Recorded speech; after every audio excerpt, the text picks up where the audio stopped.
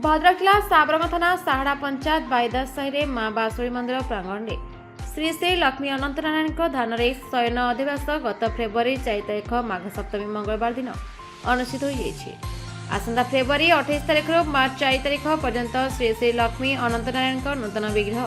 एवं मंदिर प्रतिष्ठा महोत्सव उपलक्षे यह नूतन विग्रह शयन अधिवास अनुष्ठित होता। शास्त्र मते देवता विग्रह नैष्टिक ब्राह्मण बटु साग्राम सिया बिना आसन रहिले भूमि सही न पारती धरा अर्थात नूतन विग्रह को धान शयन कर पूजाविधि पूर्वक प्रतिष्ठा पर्यंत अपेक्षा करने पड़े था।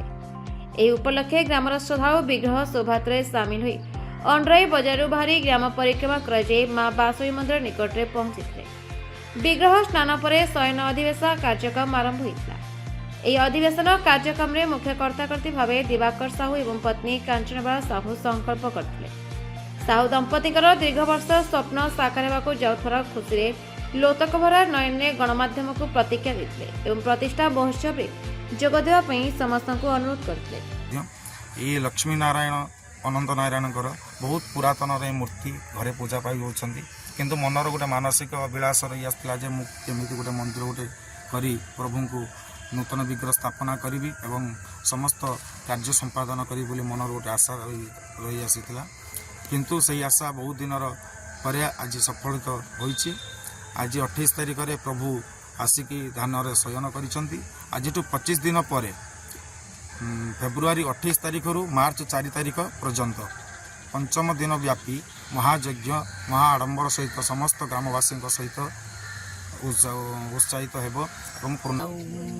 आमर मूलरू आमर ठाकुर रही घरे बाप घरे मो ससुर घर छाड़ी आसिक रही बहुत कष्ट दुख अनुभव करी बहुत कृपा लाभ करी आज यही परिस्थिति प्रभु मत आज आसी एठी पहुँचाई जहाद्वारा कि भलर रहिबा द्वारा तांकर गोटे किछि करिमि बोली मंदिरटे करिमि बोली मु आज संकल्प नहीं पारिछि। आज समस्त साहाय्य बलरू आज मंदिरटी एतिकी बाट पर्यंत शेष होइछि। आज भक्तों को कौन अनुरोध करिवे आज हेले धान निवास हेले प्रभु फेब्रुआरी 28 पाखरु मार्च 4 तारिख पर्यंत पुनर्यज्ञ जो अनुष्ठित होउची मोर भक्तवृंद दयालु मान को अनुरोध करुची जे यही 4-5 दिन भितर आसिकी प्रसाद सेवन सहित प्रभुंकर अशेष अशेष कृपा लाभ करुची। मोर गोटे स्वप्न थिला मंदिरटा करिया पई बहुत दिन आगु ठाकुर को मुझे ठाकुर बहुत किसी माने परिस्थिति उद्धार होती तेणुक भाभी गोटे मंदिर करमी बहुत परिस्थिति चिंताधारा कर सारापर मत जोग हुआ जुटेला जे मंदिर करने जहा मोर गाँव किसी भाई बंधु मैंने बहुत मत हेल्प कर तेणुक से मंदिरटा को मुझे बर्तमान ठाकुर आसिक धान शयन कले आपंकर 28 तारिख ठू 4 तारिख पर्यंत